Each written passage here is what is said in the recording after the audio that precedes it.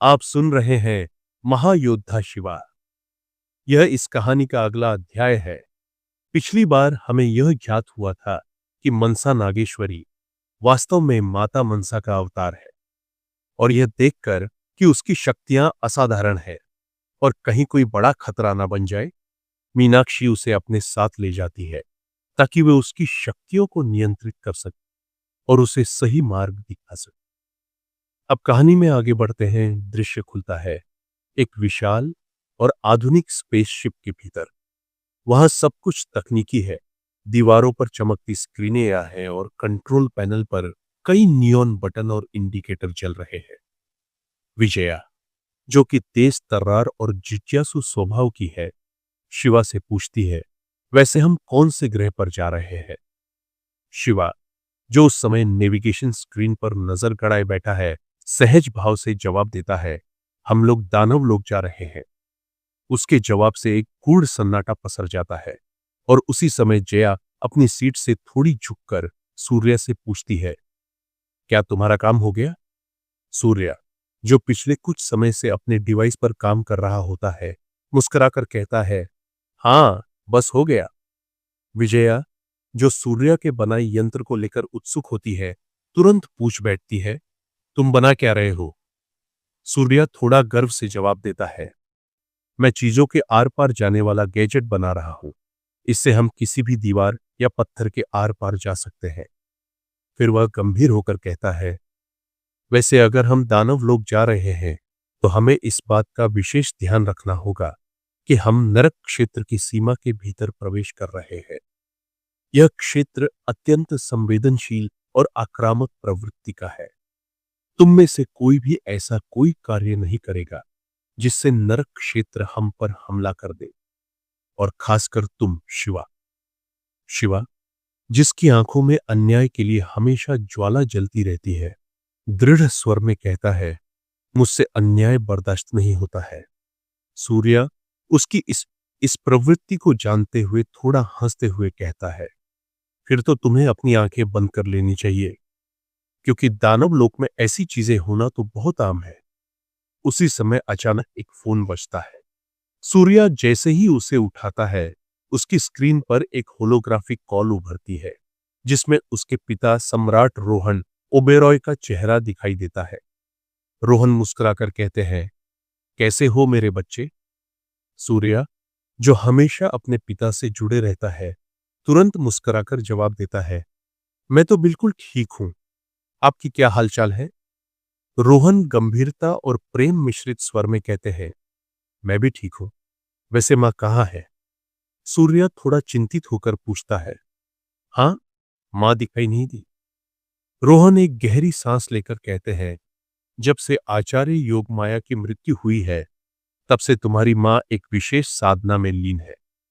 सूर्या उत्सुक होकर पूछता है, किस प्रकार की साधना? रोहन का चेहरा थोड़ा सख्त हो जाता है और वह कहते हैं, यह तुम्हारी मां ने किसी को बताने से मना किया है। सूर्या फिर पूछता है, आजकल वहां क्या विशेष हो रहा है? रोहन कुछ क्षण शांत रहकर फिर बताते हैं, शिवा की बहन मीनाक्षी को माता मनसा का दिव्य मुकुट प्राप्त हुआ है। यह मुकुट केवल उसी को प्राप्त हो सकता है जो पूर्ण रूप से योग्य हो, और साथ ही साथ शिवा के वंश में एक और नाग अवतार का जन्म हुआ है, नाग माता मनसा का। यह सुनकर शिवा दौड़ते हुए आता है और विस्मित होकर पूछता है, क्या सच में? रोहन मुस्कुराकर कहते हैं, मैं कभी झूठ नहीं बोलता। शिवा उत्साह से पूछता है, कौन है वह अवतार? रोहन शांत और स्थिर स्वर में उत्तर देते हैं, तुम्हारी बहन मनसा नागेश्वरी। यह सुनकर शिवा का चेहरा हैरानी और गौरव से भर जाता है। वह कुछ बोल नहीं पाता। फिर रोहन एक और खबर देता है, वैसे तुम्हारी बहन मीनाक्षी अब लॉ इन्फोर्समेंट टीम की नई लीडर बन चुकी है, आचार्य मीनाक्षी शास्त्री। यह सुनकर शिवा की आंखों में गर्व और खुशी की चमक दौड़ जाती है। वह जैसे कुछ पल के लिए बच्चों जैसा उत्साहित हो जाता है। तभी रोहन कहता है, वैसे तुम लोग इस वक्त कहाँ जा रहे हो? उसके चेहरे पर हल्की चिंता और उत्सुकता दोनों झलकते हैं, जिस पर शिवा गंभीर स्वर में कहता है, हम दानव लोग जा रहे हैं। रोहन कुछ पलों के लिए शांत हो जाता है, फिर गहरी सांस लेकर कहता है, तुमने अभी तक 5 मणियां हासिल कर ली हैं और अब तुम छठी मणि की ओर जा रहे हो, तो संभल कर रहना और वहां पर लड़ाई झगड़ा मत करना और फालतू मत उलझना। वहां की स्थितियां सामान्य नहीं होती। तभी शिवा थोड़ा मुस्कुराते हुए कहता है, आपको लगता है कि मैं ऐसा कुछ करूंगा? उसकी मुस्कान में शरारत होती है, लेकिन आंखों में संकल्प भी, जिस पर रोहन हल्के व्यंग्य में मुस्कुराकर कहता है, मुझे तुम पर पूरा विश्वास है कि तुम ऐसा ही कुछ करोगे। फिर दोनों कुछ देर और बात करते हैं। रोहन शिवा को कुछ और सावधानियां भी देता है और फिर फोन रख देते हैं और सामने हमें दिखाई देता है कि शिवा का स्पेसशिप रोशनी को चीरता हुआ तीव्र गति से दानव लोक की तरफ बढ़ रहा होता है, जिसमें उसकी टीम भी पूरी तैयारी के साथ बैठी है। तभी हमें कट करके नरक क्षेत्र का सीन दिखाया जाता है, जहां गहरा अंधकार और रहस्यमय ऊर्जा फैली हुई है। वहां पर खुशी मेहरा एक विशेष कक्ष में अपनी आंखें बंद करके कमलासन पर बैठी हुई थी। वह ध्यान मुद्रा में थी। उसके चारों ओर दिव्य रोशनी की लहरें घूम रही थी। उसकी उपस्थिति में पूरे क्षेत्र में मौन व्याप्त था। तभी नागराज तक्षक धीरे से कहता है, महारानी साधना से कब उठेगी? उसका स्वर धीमा और आदर से भरा होता है, जिस पर सम्राट काल विजय गहरी सोच में डूबा हुआ कहता है, हाँ, लगभग 10 दिन से ऊपर हो गए हैं। वह दोनों एक दूसरे की ओर देखकर कुछ गंभीरता से विचार करते हैं। तभी सम्राट काल विजय नागराज तक्षक से पूछता है, और तुम्हारी साधना कैसी चल रही है? जिस पर तक्षक सिर झुकाकर बताता है, मैं ईश्वर साधना के प्रथम चरण पर पहुंच चुका हूं। यह सुनकर काल विजय हल्का सिर हिलाता है और संतोष व्यक्त करता है। तभी अचानक महारानी खुशी मेहरा आंखें खोलती है। उसकी आंखें जैसे ऊर्जा से चमक उठती हैं और गंभीर स्वर में कहती है, अपने अभ्यास की रफ्तार बढ़ाओ तक्षक, क्योंकि महायुद्ध निकट है। उसकी आवाज जैसे पूरी गुफा में गूंजती है और तक्षक सावधान मुद्रा में सिर झुका लेता है। तभी खुशी मेहरा शांत स्वर में कहती है, वैसे शिवा दानव लोक की तरफ जा रहा है, तो हमें उसकी मदद करनी चाहिए। उसके शब्दों में चिंता नहीं, बल्कि उद्देश्य की स्पष्टता होती है। तभी वह आगे पूछती है, वैसे वहां की रक्षक कौन है? जिस पर सम्राट काल विजय बताता है, महारानी, वहां की रक्षक नरक देवी कामिनी है।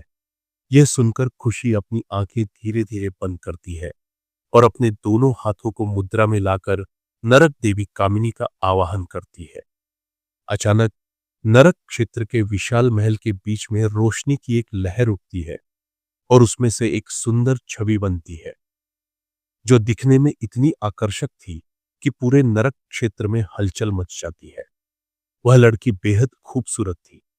उसकी लंबी कोरी टांगे थीं, उसकी उभरे हुए कर्ब, पतला शरीर और लाल हॉट परिधान। उसकी उपस्थिति किसी देवी की तरह, लेकिन एक रहस्यमय और मोहक आभा के साथ थी, जिसे देखकर नरक क्षेत्र के योद्धा तक हतप्रभ रह जाते हैं कि कोई राक्षसी इतनी सुंदर कैसे हो सकती है। वह औरत पूरे नरक क्षेत्र में खुशी मेहरा के बाद सबसे सुंदर और सबसे ज्यादा सम्मोहक लग रही थी। उसकी चाल, उसकी आंखों की लहर, उसकी मुस्कान में आग और शांति दोनों थी। तभी कामिनी देवी खुशी मेहरा की ओर देखकर सिर झुकाकर कहती है, प्रणाम आदिकली महारानी खुशी मेहरा, आपने मुझे कैसे याद किया? उसकी आवाज भी मधुर और रहस्यमयी थी, जिस पर खुशी मेहरा स्पष्टता से कहती है, शिवा दानव लोक में आ रहा है। जिस पर कामिनी देवी बिना रुके कहती है, तो मैं उसे खत्म कर दूंगी। उसकी आवाज में जुनून और रक्त की प्यास थी, लेकिन खुशी मेहरा तत्काल गंभीर होकर कहती है, खत्म नहीं करना है, बल्कि मणि प्राप्त करने में तुम्हें उसकी सहायता करनी है। इस पर कामिनी देवी की मुस्कान थोड़ी फीकी पड़ती है। वह थोड़े संदेह से कहती है, लेकिन क्यों? जिस पर खुशी की आंखें तीखी हो जाती है और वह कहती है, तुम मुझसे सवाल करोगी। उसके स्वर में अधिकार और आदेश दोनों होते हैं, जिस पर कामिनी देवी तुरंत डरकर शांत हो जाती है और कहती है, नहीं नहीं महारानी, मैं तो बस ऐसे ही कह रही थी, और फिर सिर झुकाकर वहां से अदृश्य हो जाती है। तभी नागराज तक्षक थोड़ी हिम्मत करके पूछता है, वैसे आप शिवा की मदद क्यों कर रही हैं? खुशी गंभीर स्वर में कहती है, अगर शिवा की शक्तियां बढ़ती हैं तो इससे केवल उससे ही नहीं बल्कि हमें भी फायदा होगा। जितना शिवा शक्तिशाली होगा उतना ही काल शिवा भी शक्तिशाली होता जाएगा। और अगर एक बार काल शिवा ने पाप पुंज को प्राप्त कर लिया तो वह न केवल शिवा बल्कि तुम तक्षक और मुझे भी पीछे छोड़ देगा। वह हम सबसे अधिक शक्तिशाली होगा, हमारी सोच से परे। तक्षक मुस्कुराता है, मानो उसे इस बात की खुशी हो, और कहता है, यह तो नरक क्षेत्र के लिए बहुत अच्छी बात है। अगर वह इतना शक्तिशाली हो गया तो वह हमारे सारे शत्रुओं का नाश कर देगा। हमारी विजय निश्चित होगी। पर खुशी मेहरा का चेहरा अब और भी गंभीर हो गया था। उसकी आंखों में अब हल्की बेचैनी थी। उसने तक्षक की ओर देखा और गहरी आवाज में कहा, काल शिवा खतरा भी है तक्षक, और शायद तुम्हें उसका असली रूप समझ नहीं आया। उसके भीतर 1% भी अच्छाई नहीं है। वह शिवा की 7 बुराइयों से बना है, क्रोध, घमंड, मोह, लालच, ईर्ष्या, वासना और अहंकार। और वह केवल इन 7 का संपूर्ण रूप है। उसके भीतर दया, संवेदना, करुणा, प्रेम, निष्ठा जैसी कोई भी भावना नहीं है। जहां तुम्हारे और मेरे भीतर थोड़ी बहुत अच्छाई बची है, वह काल शिवा केवल और केवल अंधकार है। वह एक क्षण को रुकती है और फिर धीरे से कहती है, इसीलिए मैंने उसके अंदर नियंत्रण छाप लगाई है, ताकि अगर वह हमारे विरुद्ध मुड़ने लगे तो हम उसे नियंत्रित कर सके। हमारे पास एक बेहद शक्तिशाली हथियार है, लेकिन वो हथियार अगर हमारे हाथ से फिसल गया तो वह हमें ही नष्ट कर सकता है। इतना कहकर खुशी ने आंखें मूंद ली और ध्यान मुद्रा में लौट गई, मानो वह उसके भीतर छिपे डर और खतरे को नियंत्रित करने का प्रयास कर रही हो। कट। सीन बदलता है। अब दृश्य शिवा और उसकी टीम का दिखाया जाता है, जो अपने स्पेसशिप में सवार होकर एक खतरनाक ग्रह की ओर बढ़ रहे होते हैं। उनका गंतव्य है दानव ग्रह, जहां उन्हें एक अत्यंत शक्तिशाली मणि प्राप्त करनी है। वातावरण तनावपूर्ण है। शिवा गंभीरता से सूर्य की ओर देखता है और पूछता है, हमें इस बार कौन सी मणि मिलेगी? सूर्य स्क्रीन की ओर देखते हुए उत्तर देता है, रियलिटी स्टोन, वास्तविक मणि। यह मणि वास्तविकता को बदल सकती है शिवा। इससे तुम किसी का भी अतीत, वर्तमान या भविष्य बदल सकते हो। यह मणि समय और सत्य को भी मोड़ने में सक्षम है। यह सुनकर शिवा थोड़ी देर सोच में डूब जाता है और फिर कहता है, यह तो वाकई एक अनोखी और खतरनाक मणि है। अगर गलत हाथों में चली गई तो पूरा ब्रह्मांड उलट सकता है। तभी उनका जहाज एक रहस्यमय ग्रह के नजदीक पहुंचता है। यह ग्रह सामान्य नहीं था। ऐसा लगता था जैसे वह खून से बना हो। उसका लाल गाढ़ा रंग, उससे स्मृति सुअदी करनी, उसकी सतह पर जमी मांस की परतें और लाल धुंध से भरा आसमान। जैसे ही वे उतरते हैं, एक तीव्र दुर्गंध उनकी सांसों में घुल जाती है। वहां चारों ओर केवल कंकाल, सड़ा मांस और मृत्यु की गंध थी। लिटिल जोया तुरंत अपनी नाक दबाकर कहती है, शिवा भैया, यह कितनी भयानक बदबू है। उसका चेहरा पीला पड़ जाता है। शिवा बिना कुछ बोले अपने साथियों को इशारा करता है आगे बढ़ने के लिए। सूर्या इस बदबू को सहन नहीं कर पाता और उसे उल्टी हो जाती है। सबके चेहरे पर तनाव और घृणा साफ झलक रही थी। थोड़ी दूर चलने के बाद उन्हें कुछ भयंकर दानव दिखाई देते हैं। वे मानवीय आकृतियों के मांस को नोच नोच कर खा रहे थे। उनकी आंखों में भूख नहीं, पागलपन था। यह दृश्य इतना बीभत्स और अमानवीय था कि शिवा की मुट्ठियां कस गईं। उसकी आंखें रक्तिम होने लगी, गुस्से से जलती हुई। लेकिन सूर्या ने तुरंत हस्तक्षेप किया और कहा, शिवा, अभी नहीं, हमें पहले मणि ढूंढनी है। अभी वे आगे बढ़ ही रहे थे कि अचानक उनके सामने एक विशालकाय अजगर आ गया। यह कोई साधारण अजगर नहीं था। इसके सिर का कोई नामो निशान नहीं था, लेकिन उसका शरीर कई 100 मीटर लंबा और जहरीली ऊर्जा से भरा हुआ था। उसके फुफकारने से जमीन कांप रही थी। शिवा गंभीर स्वर में चेतावनी देता है, कोई भी इसके जहर के संपर्क में न आए, इसकी सांसें भी जानलेवा है। अजगर ने तुरंत झपट्टा मारा और शिवा पर हमला कर दिया, लेकिन शिवा तैयार था। उसने वज्रास्त्र का आवाहन किया और पूरे वेग से वार किया। अजगर का शरीर 2 टुकड़ों में बंट गया। सभी ने राहत की सांस ली, लेकिन अजगर का शरीर कुछ ही क्षणों में फिर से जुड़ गया। वह पुनर्जीवित हो गया। अब शिवा को समझ आ गया था कि साधारण अस्त्र इसका नाश नहीं कर सकते। उसने तुरंत काल अग्नि का प्रयोग किया। उसकी हथेली से निकली अग्नि काले लपटों में बदल गई और अजगर को पूरी तरह लील गई। अजगर तड़पता रहा, लेकिन अंत में वह राख बन गया। उस राख के ढेर से एक काला चमकता हुआ पत्थर बाहर निकलता है। उसकी सतह पर ऊर्जा की लहरें दौड़ रही थीं। वह पत्थर सांस लेता हुआ प्रतीत होता था। सूर्या उस पत्थर को देखकर कहता है, यह तो करिश्माई पत्थर है। शिवा उस चमकते हुए काले पत्थर को हाथ में लेकर गौर से देखता है और फिर धीरे से पूछता है, यह करिश्माई पत्थर क्या होता है? सूर्या थोड़ा मुस्कुराता है और उसकी ओर देखकर कहता है, कुछ विशेष प्रकार के जादुई जीव होते हैं जो इस प्रकार के करिश्माई पत्थरों को अपने भीतर धारण करते हैं। ये पत्थर बेहद दुर्लभ होते हैं और इनका संबंध मानसिक ऊर्जा और साधना से होता है। जो भी इन्हें धारण करता है, उसकी मानसिक शक्ति कई गुना बढ़ जाती है। विशेष रूप से आत्मीय साधना के लिए ये पत्थर अमूल्य होते हैं। शिवा उस पत्थर को उलट पलट कर देख ही रहा होता है कि तभी विजया की नजर उस पर पड़ती है। उसकी आंखों में एक अनकही इच्छा चमकने लगती है और वह मन ही मन सोचती है, काश ये पत्थर मेरे पास होता तो मैं अपनी आत्मीय साधना को और ऊंचे स्तर तक ले जा सकती। विजया की उस खामोश कामना को सूर्य तुरंत महसूस कर लेता है।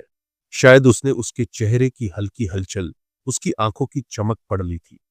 वह बिना कुछ कहे शिवा की ओर हाथ बढ़ाता है और उससे पत्थर ले लेता है। शिवा थोड़ी हैरानी से उसे देखता है और पूछता है, तुम ये क्या कर रहे हो? लेकिन तब तक सूर्या वह पत्थर विजया को थमा देता है। विजया के हाथ में आते ही पत्थर हल्के से कंपन करता है, मानो उसने अपना सही धारक पा लिया हो। शिवा अब और हैरान हो जाता है। उसकी आंखों में थोड़ी नाराजगी सी उभर आती है। वह कड़े स्वर में कहता है, ये पत्थर मैंने जीता है। सूर्या हंसते हुए कहता है, कोई बात नहीं शिवा, वैसे भी ये पत्थर तुम्हारे किसी काम का नहीं था। आत्मीय साधना से तुम्हारा कोई खास लेना देना नहीं है। बेहतर है ये उस तक पहुंचे जिसे इसकी जरूरत है। शिवा अब शांत तो हो जाता है, लेकिन उसकी आंखों में अब भी एक हल्की तीखी झलक होती है। वह ठंडे स्वर में कहता है, मैं तुम सबको बहुत अच्छी तरह से जानता हूं। सूर्या मुस्कुराता है और कहता है, अब छोड़ो भी, एक पत्थर की ही तो बात थी। यहां वैसे भी कई जीव घूम रहे हैं। तुम किसी और को मारकर दूसरा पत्थर हासिल कर लेना। शिवा मुस्कुराहट छिपाते हुए धीरे से सिर हिलाता है, मानो उसने इस बहस को यहीं खत्म मान लिया हो। विजया अब अपने हाथ में उस पत्थर को देखकर बेहद प्रसन्न नजर आती है। उसकी आंखों में चमक है, जैसे कोई साधना पथ स्पष्ट हो गया हो। वह भावनाओं में बहते हुए सूर्य से लिपट जाती है और कहती है, थैंक यू। सूर्य हल्की मुस्कान के साथ कहता है, तुम्हारी इन्हीं हरकतों की वजह से मैं परेशान रहता हूं। यह सुनकर विजया थोड़ी शर्मा जाती है और सिर झुका लेती है। तभी पीछे खड़ी जया उत्सुकता से पूछती है, क्या मुझे भी ऐसा कोई पत्थर मिल सकता है? सूर्या उसकी ओर देखता है और कहता है, अगर आगे चलकर मुझे कोई और पत्थर मिला तो मैं तुम्हें दे दूंगा। शिवा उस भावनात्मक हलचल से थोड़ा अलग हटते हुए गंभीरता से पूछता है, वैसे हमें अब जाना कहाँ है? सूर्य तुरंत नक्शे की स्क्रीन को एक्टिव करता है और कहता है, हमें दानव घाटी की ओर बढ़ना है। वो यहां से ज्यादा दूर नहीं है। वहां अगली मणि का संकेत मिला है। तभी पीछे से बंदर बोल उठता है। उसकी आवाज में व्यंग्य और आश्चर्य दोनों थे।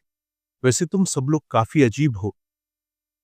कुछ देर पहले तक लड़ाई कर रहे थे और अब ऐसे हंस रहे हो जैसे कुछ हुआ ही नहीं। इस पर सूर्या उसकी ओर देखते हुए मुस्कुराकर कहता है, हम इंसान ऐसे ही होते हैं, भावनाओं से भरे हुए। कभी लड़ते हैं, कभी गले लग जाते हैं, लेकिन साथ नहीं छोड़ते। सभी हल्का सा हंसते हैं और फिर दानव घाटी की ओर कदम बढ़ाते हैं।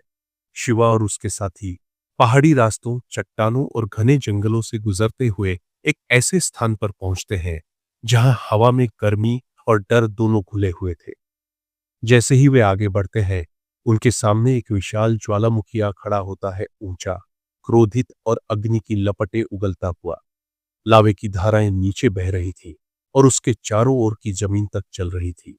वातावरण में राख तैर रही थी और गर्म हवा इतनी भारी थी कि सांस लेना भी कठिन हो रहा था। यह देखकर शिवा और उसके साथी उड़ने का प्रयास करते हैं। शिवा अपने हाथों से ऊर्जा की तरंगें छोड़ता है। सूर्या अपने जैविक शक्ति संयंत्र को सक्रिय करता है। जया और विजया अपनी देव शक्तियों से ऊपर उठने की कोशिश करते हैं, लेकिन जैसे ही वे हवा में उठते हैं, वे असंतुलित हो जाते हैं और भारी वायुदाब उन्हें जमीन पर ला पटकता है। हवा इतनी भारी और अराजक थी कि उड़ना असंभव था। शिवा अपने माथे का पसीना पोंछते हुए कहता है, अब हम आगे कैसे जाएंगे? क्या यह हमारी यात्रा का अंत है? तभी पीछे से बंदर मुस्कुराते हुए बोलता है, तुम लोग चिंता मत करो, यह मेरा काम है। सब उसकी तरफ देखते हैं। बंदर शांत होकर अपनी आंखें बंद करता है।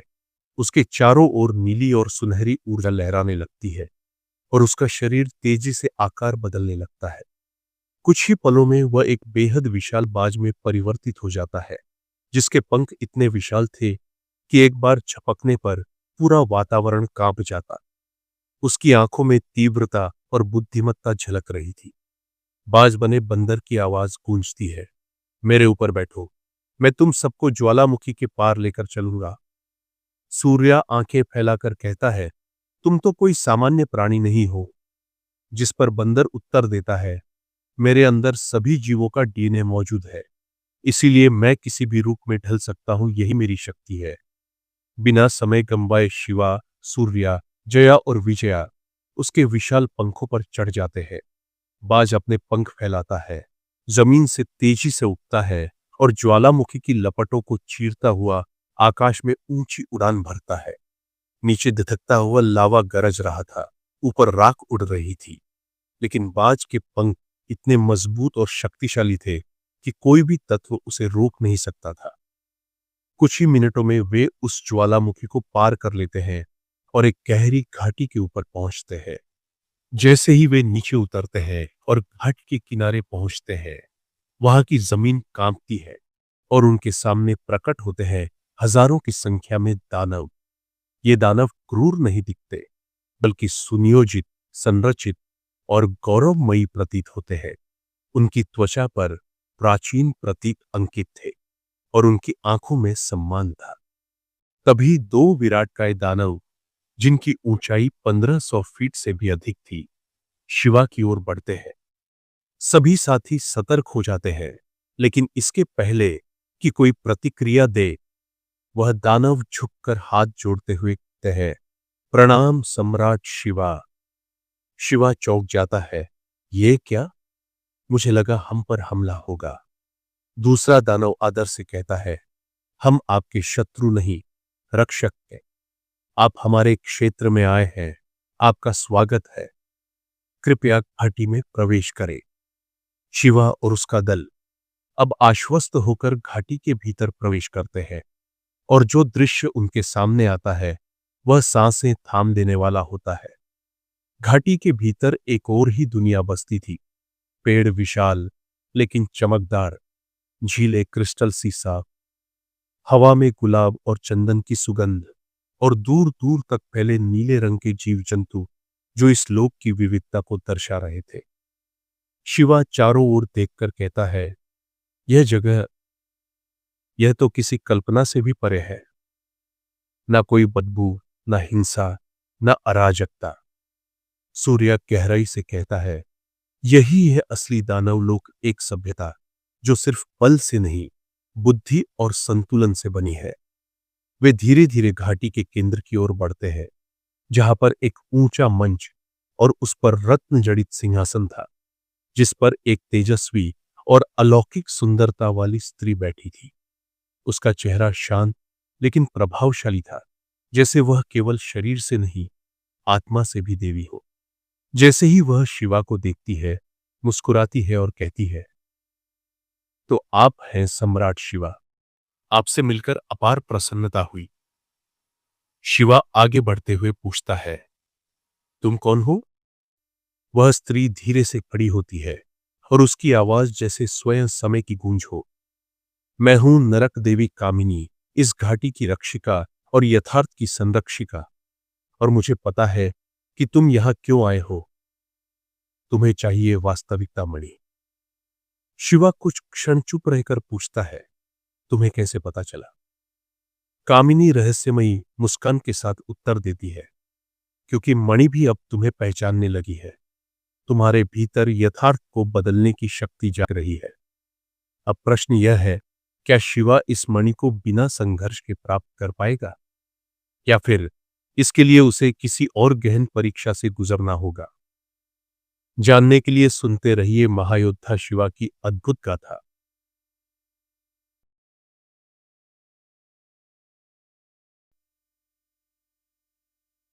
तो आप सुन रहे हैं महायोद्धा शिवा। यह है इस कहानी का अगला अध्याय। जैसा कि आपने पिछले अध्याय में सुना था, शिवा दानव लोक पहुंच चुका था और वहीं उसकी भेंट होती है नरक देवी कामिनी से। कामिनी देवी अपने दिव्य तेज के साथ शिवा के सामने प्रकट होती है और गंभीर स्वर में कहती है, शिवा, मेरी उपस्थिति यहां आकस्मिक नहीं है। नरक क्षेत्र की महारानी ने स्वयं मुझे तुम्हारी सहायता करने का आदेश दिया है। मैं इस मणि की रक्षक हूं, लेकिन इसे पाना उतना आसान नहीं जितना तुम सोच रहे हो। शिवा एकाग्रता से उन्हें देखता है। कामिनी आगे कहती है, इस मणि तक पहुंचने के लिए तुम्हें एक भयानक छलावे से होकर गुजरना होगा। यह छलावा तुम्हारी वास्तविकता से इतना दूर होगा कि तुम्हें स्वयं भ्रम होने लगेगा। तुम्हें लगेगा कि यही सच्चाई है, लेकिन वास्तव में वह केवल एक मोहजाल होगा। उसे पार करना आसान नहीं होगा। शिवा निडर होकर कहता है, मैं सब संभाल लूंगा, मैं तैयार हूं। शिवा जैसे ही अपने साथियों के साथ आगे बढ़ता है, कामिनी देवी हाथ उठाकर उन्हें रोक देती है। नहीं शिवा, केवल मणिधारी ही उस मार्ग में प्रवेश कर सकता है। यदि अन्य कोई गया तो वो सदा के लिए उस छलावे में कैद हो जाएगा। यह कहानी तुम्हारी सच्चाई से बहुत दूर होगी, लेकिन तुम्हें उसे तोड़ना होगा शिवा, वरना सब कुछ समाप्त हो जाएगा। शिवा गहरी सांस लेता है और अकेला उस मार्ग में प्रवेश करता है।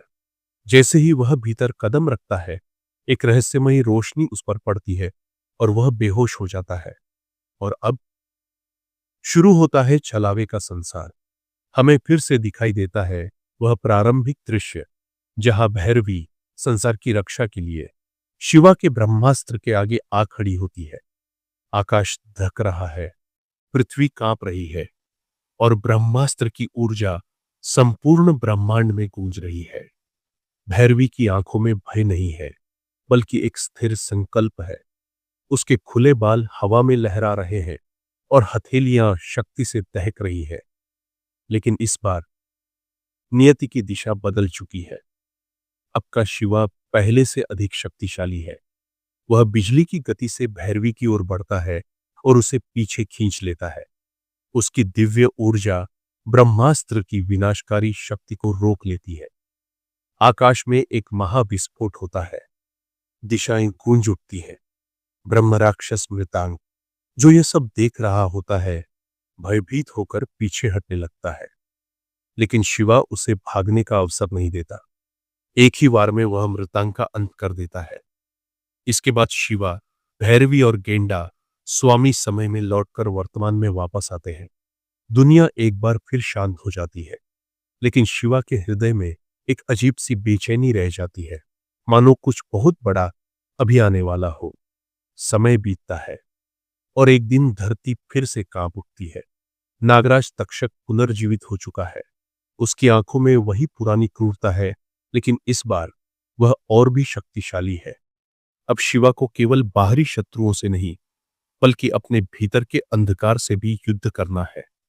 कभी कभी उसे लगता कि उसकी शक्ति अब उसके नियंत्रण से बाहर हो रही है, लेकिन उसने हार नहीं मानी। वह हर दिन, हर पल अपने भीतर के अंधकार से जूझता रहा। और फिर आया वो दिन जब शिवा और नागराज तक्षक आमने सामने खड़े थे। युद्ध शुरू हुआ। धरती पर बिजली गिरने लगी, आकाश काले बादलों से भर गया और महासागर की लहरें प्रचंड हो गई। दोनों योद्धाओं के वार इतने प्रबल थे कि पर्वत चूर हो रहे थे, नदियां मार्ग बदलने लगी थी। और फिर नागराज तक्षक को अंततः अनुभव हुआ, शिवा से लड़ना व्यर्थ है। वह अपने हथियार नीचे रख देता है और कहता है, मैंने तुम्हें शत्रु समझा था, लेकिन तुम तो सृष्टि के रक्षक निकले। अब मैं अपनी नियति स्वीकार करता हूं। आज से मैं तुम्हारा मित्र हूं। युद्ध समाप्त हो जाता है। इसके कुछ समय बाद आचार्य योगमाया, जिसने शिवा के साथ अनेक युद्ध देखे, एक दिन अपने हृदय की बात उसके सामने रख देती है। शिवा, जिसने हमेशा अपने कर्तव्य को ही सर्वोपरि रखा, पहली बार प्रेम की गहराई में डूब जाता है। फिर आता है वह पवित्र दिन जब शिवा और योग माया विवाह के बंधन में बंधते हैं। पूरा ब्रह्मांड उस दिन उत्सव के रंगों में रंग जाता है। समय बीतता गया, वो समय जिसने अनगिनत युद्ध देखे थे, अब शिवा के जीवन में एक नई सुबह लेकर आया। एक दिन भैरवी ने एक पुत्र को जन्म दिया। पूरा ब्रह्मांड जैसे रुक गया उस क्षण के स्वागत के लिए। शिवा की आंखों में आंसू थे। पहली बार वह अपने पिता होने का सुख अनुभव कर रहा था। बच्चे की आंखों में वही तेज था, वही तप, वही शक्ति जो शिवा की पहचान बन चुकी थी। उसका नाम रखा गया शिवाय। शिवाय का जन्म केवल एक पुत्र के रूप में नहीं, बल्कि एक प्रतीक के रूप में हुआ, भविष्य के उजाले का प्रतीक, जिसे भैरवी ने जन्म दिया था, जिसने शिवा के साथ हर संग्राम लड़ा था, हर अंधकार सहा था। कुछ समय पश्चात जब जीवन ने एक और करवट ली, योग माया ने भी एक प्यारी सी बेटी को जन्म दिया। वह बेटी किसी नन्ही देवी की तरह थी। उसके स्पर्श में शांति थी, मुस्कान में अनंत ऊर्जा। शिवा अब 2 बच्चों का पिता बन चुका था। उसका हृदय इतने वर्षों की लड़ाइयों के बाद पहली बार पूर्ण रूप से प्रसन्नता से भर उठा था। अब वो केवल योद्धा नहीं था, वह एक पिता, पति और परिवार का आधार बन चुका था। शिवा अब अपने परिवार के साथ जीवन का आनंद लेने लगा था। हर सुबह योग माया और भैरवी के साथ शुरू होती और शिवाय व पुत्री की हंसी से दिन भर गुजरता। गेंडा स्वामी और आचार्यगण गाते और पुराने किस्सों की महफिल सजती। लेकिन नियति का क्रम कभी रुकता नहीं। एक दिन जब सारा वातावरण एक गहरे नीले आलोक से भर गया, भगवान शेषनाग स्वयं शिवा के समक्ष प्रकट हुए। उनके स्वर में गूंज थी जो केवल उन आत्माओं के लिए होती है जिन्होंने सृष्टि से ऊपर उठकर कुछ रचा हो। उन्होंने कहा, अब तुम्हारा समय आ गया है शिवा। अब तुम आदिशेष, संपूर्ण शेष बनोगे। शिवा ने नतमस्तक होकर सिर झुका दिया। वह जानता था यह उसका अंतिम रूपांतरण है। और उसी क्षण शेषनाग की सारी दिव्य शक्तियां धीरे धीरे शिवा में समाहित होने लगी। उसका शरीर एक तेजस्वी आभा से जगमगाने लगा। उसकी आंखें अब ब्रह्मांड को आर पार देखने लगी थी। समय, स्थान और गति अब उसकी दृष्टि के बंधन में थे। वह अब केवल योद्धा शिवा नहीं था, वह स्वयं संपूर्ण शेष बन गया था। फिर उसने अंतिम अभियान की शुरुआत की, ऐसा अभियान जिसे सिर्फ वही कर सकता था जो स्वयं काल को झुका सके। उसने सभी असुरों का अंत किया, छिपे हुए, भटके हुए, शक्तिशाली और माया से ढंके असुरों तक को खोजकर उन्हें शांत किया। उसने अधर्म के हर रूप को मिटा डाला और सृष्टि के हर लोक में न्याय की स्थापना की। इस युद्ध के अंत तक भैरवी वृद्ध हो चली थी। वह अब पहले जैसी तेजस्विनी नहीं थी, लेकिन उसकी आंखों में वही विश्वास था, वही प्रेम जो उसने शिवा के साथ पहले दिन से निभाया था। एक दिन वह चुपचाप शिवा के कंधे से सिर टिकाकर अंतिम सांस लेती है। शिवा ने उसकी चिता को स्वयं अग्नि दी। उसके हाथ कांपे नहीं, लेकिन उसकी आंखों से एक बूंद आंसू ढुलक गई। उसका मन शांत था, क्योंकि वह जानता था भैरवी ने जीवन भर प्रेम किया, युद्ध किया और अंत में उसे पूर्णता दी। योग माया, जो अब भी वैसी ही दिव्य नीली नागिन थी, अब भी शिवा के साथ थी, लेकिन वह हो उसके साथ किसी शापवश नहीं, बल्कि अपने भाग्य के अनुसार थी। वे दोनों जन्मों जन्मांतर तक साथ रहने के लिए बने थे, एक दूसरे के सहयात्री। अब शिवा को जीवन स्वर्ग सा प्रतीत होने लगा था। उसने मीनाक्षी की शादी को देखा, उसे विदा किया, आशीर्वाद और गर्व के साथ। उसने गेंडा स्वामी के साथ पुराने दिनों को याद किया, हंसी के साथ, आंसुओं के बिना। उसने पल्लवी और मेनका को पुनर्जीवित किया, क्योंकि उसने मृत्यु को भी जीत लिया था। हजारों वर्ष बीत चुके थे और फिर एक दिन शिवा ने बैकुंठ जाने का निर्णय लिया। शिवाय अब बड़ा हो चुका था। योग माया अब भी उसके साथ थी और बेटी आकाश की ओर निहारती थी। शिवा ने सबको प्रणाम किया और जैसे ही वह बैकुंठ पहुंचा, भगवान विष्णु स्वयं द्वार पर खड़े होकर मुस्कुराए। उनकी आंखों में सम्मान, स्नेह और आभार था। उन्होंने कहा, स्वागत है शिवा, तुमने केवल युद्ध नहीं जीते, तुमने धर्म को साक्षात जीवन दिया है। अब शिवा भगवान शेषनाग के रूप में विष्णु के शयन का आधार बन चुका था। वह दिव्य ऊर्जा जो सृष्टि की स्थिरता और संतुलन का मूल है, अब शिवा ही थी। कालचक्र चलता रहा, युग बदलते गए, देव और दानव की कथाएं आगे बढ़ती रहीं और यही प्रक्रिया बार बार दोहराई जाती रही। लेकिन शिवा, वह उस परम अवस्था में था जहां समय का कोई अर्थ नहीं रह गया था। वह उसी दिव्य अवस्था में विलीन हो चुका था। अनंत विश्राम, अनंत समर्पण। उसे इस अनंत चक्र का आभास तक नहीं हुआ और वह इस अवास्तविक गहराई में खोता चला गया। और दूसरी ओर वास्तविक जगत में 10 दिन बीत चुके थे, लेकिन शिवा अब भी होश में नहीं आया था। उसके शरीर की सांसें स्थिर थी, पर चेतना जैसे किसी दूसरी दुनिया में उलझ गई थी। यह देखकर सूर्या और दोनों डायन बहनें जया और विजया बेहद चिंतित हो उठी। सूर्या का चेहरा तनाव से भरा हुआ था और वह बार बार शिवा को देखने के बाद आंखें बंद करके सोच में डूब जाता। तभी वह मुड़कर नरक देवी कामिनी से पूछता है, शिवा अभी तक बाहर क्यों नहीं आया है? कामिनी, जो स्वयं मृत लोक की अनुभवी संचालिका थी, उसकी तीसरी आंख हल्की नीली चमक में खुलती है। वह धीमी गंभीर आवाज में कहती है, लगता है शिवा उस छलावे में फंस चुका है, एक ऐसी अवास्तविक दुनिया में जिसे उसने खुद ही स्वीकार कर लिया है। यह सुनकर विजया व्याकुल हो उठती है। अब क्या होगा सूर्या? अगर शिवा इस छलावे से बाहर नहीं आया तो? सूर्या गहरी सांस लेता है। उसकी आंखों में भय नहीं था, पर जिम्मेदारी का भार था। वह कहता है, अब शिवा को केवल एक ही व्यक्ति वास्तविकता में वापस ला सकता है, सम्राट रैन भार्गव।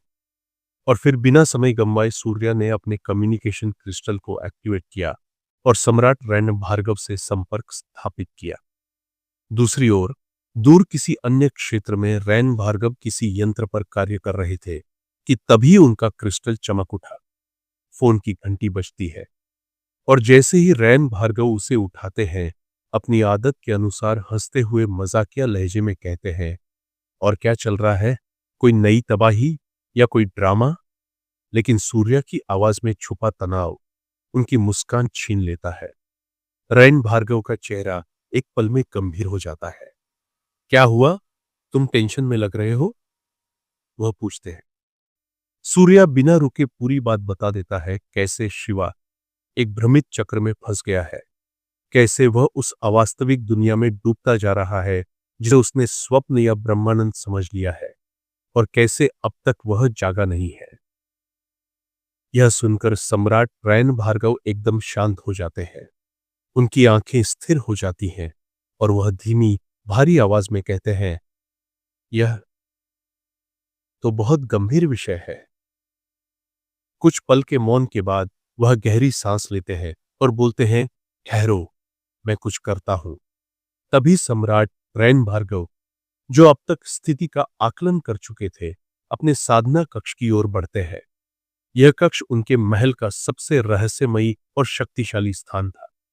यह समय की गति धीमी हो जाती थी और चेतना की सीमाएं मिटने लगती थी। जैसे ही वे कक्ष में प्रवेश करते हैं, वातावरण स्वतः ही शांत हो जाता है।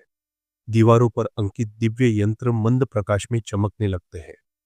रैन भार्गव भूमि पर रखे कमलासन पर बैठ जाते हैं। उनकी मुद्रा स्थिर और मन संकल्पित हो चुका था। उन्होंने नेत्र मूंद लिए, एक गहरी श्वास ली और फिर स्वयं को भीतर की साधना में डुबो दिया। उनके चारों ओर दिव्य ऊर्जा का प्रवाह होने लगा। नीली, सुनहरी और बैंगनी आभाएं एक सर्पाकार गति में उनके चारों तरफ घूमने लगी। एक एक कर उनके सारे चक्र जागृत होने लगे। यह कोई सामान्य ध्यान नहीं था। यह चेतना के पार जाने की एक अत्यंत दुर्लभ प्रक्रिया थी।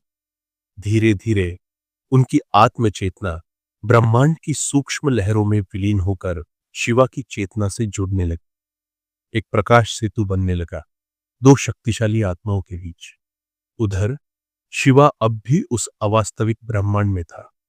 वह भैरवी के साथ एक अत्यंत सुंदर गार्डन में बैठा हुआ था। चारों ओर रंग बिरंगे फूल खिले हुए थे। हवा में सुगंध थी। नीला आकाश रंगीन किरणों से जगमगा रहा था और भैरवी मंद मुस्कान के साथ शिवा की ओर देख रही थी। यह स्थान इतना शांत, इतना मधुर और इतना दिव्य लग रहा था कि शिवा को यह वास्तविकता ही प्रतीत हो रही थी, या शायद उससे भी अधिक आकर्षक कोई स्वप्न। लेकिन उसी क्षण आकाश में बिजली कड़कती है। एक तीव्र प्रकाश फैला और फिर भगवान परशुराम का पवित्र फरसा हवा में लहराता हुआ प्रकट होता है। उसके साथ ही वातावरण में गूंज उठी एक दिव्य और तीव्र ध्वनि, जैसे समय चेतावनी दे रहा हो। वही फरसा जो केवल अत्यंत गंभीर क्षणों में प्रकट होता था, अब शिवा की चेतना को हिलाने आया था। फरसे की उस दिव्यता में से सम्राट रैन भार्गव की छवि आकार लेने लगी, तेजस्वी, स्थिर और आभा मंडल से युक्त। उनका चेहरा शांत था, पर आंखों में एक आदेश की चमक थी। वे गंभीर स्वर में बोले, तुम क्या कर रहे हो शिवा? शिवा चौंका। उसने उन्हें देखा लेकिन पहचान नहीं पाया। उसकी भौहें सिकुड़ गईं और वह धीमे स्वर में बोला, आप कौन हैं? रैन भार्गव ने हल्की मुस्कान के साथ उत्तर दिया, अरे बेवकूफ, मैं तुम्हारा गुरु हूं, रैन भार्गव। मैं तुम्हें इस छलावे से बाहर निकालने आया हूं। शिवा अब भी उलझन में था। भैरवी की उपस्थिति, उस गार्डन की सौंदर्यता और भीतर की सुखद अनुभूति सब उसे बांधे हुए थी। लेकिन रैन भार्गव की आंखों में कुछ ऐसा था जो उसकी आत्मा तक पहुंच गया। रैन भार्गव ने अपनी हथेली उठाई। उसमें से एक अत्यंत शक्तिशाली सफेद नीली रोशनी उत्पन्न हुई। बिना किसी विलंब के उन्होंने वह प्रकाश शिवा की ओर भेजा। वह प्रकाश एक तेज बाण की भांति शिवा की मस्तिष्क चेतना में प्रवेश करता है। जैसे ही यह शक्ति उसकी चेतना को छूती है, शिवा की आंखों में हलचल होती है। हवा में सब कुछ हिलने लगता है, फूल मुरझाने लगते हैं, भैरवी की छवि टूटने लगती है और वह गार्डन धीरे धीरे गायब होने लगता है। शिवा की सांसें तेज हो जाती है, माथे पर पसीना आता है और अचानक उसका शरीर झटका का खाता है। वास्तविकता में बाहर बैठे सूर्या और दोनों बहनों की आंखों के सामने शिवा का शरीर हिलता है और उसकी बंद आंखें खुल जाती हैं। उसकी दृष्टि कुछ क्षण के लिए स्थिर होती है और फिर वह सीधा बैठ जाता है। उसके सामने सम्राट रैन भार्गव की छवि अब भी मुस्कुराते हुए खड़ी थी। वह ठाका लगाते हैं, welcome to reality Shiva. Shiva कुछ पल उन्हें स्थिर देखता है, फिर मुस्कुराकर धीरे से प्रणाम करता है। एक आभार, एक श्रद्धा और एक पुनर्जन्म का संकेत। धीरे धीरे रैन भार्गव की छवि धुंधली होने लगती है। उसकी ऊर्जा अब अपने लक्ष्य को पूर्ण कर चुकी थी। उसी क्षण शिवा के ठीक सामने एक दिव्य प्रकाश की लहर उमड़ती है और वास्तविकता मणि प्रकट होती है। वह मणि चमकती हुई शिवा के मस्तिष्क के भीतर समा जाती है, जैसे चेतना ने सत्य को स्वीकार लिया हो। एक दिव्य शांति फैल जाती है। शिवा धीरे धीरे उठता है और अब वह पहले जैसा नहीं था। वह छलावे से बाहर निकल चुका था। वह सच्चा था और वह अब तैयार था अगली चुनौती के लिए। और फिर वह घाटी से बाहर निकलता है। जैसे ही वह बाहर आता है, उसके साथी उसे देखकर खुशी से झूम उठते हैं। उनके चेहरे खिल उठते हैं, मानो वर्षों बाद कोई अपना लौटा हो। सभी उसे गले लगा लेते हैं। कोई उसकी पीठ थपथपाता है तो कोई उसके कंधे पर हाथ रखकर उसे गौरव से देखता है। चारों ओर वातावरण में खुशी की लहर दौड़ जाती है और वहां मौजूद हर व्यक्ति के चेहरे पर संतोष और उल्लास का भाव झलकता है। सीन बदलता है और अब कैमरा नरक क्षेत्र की ओर बढ़ता है।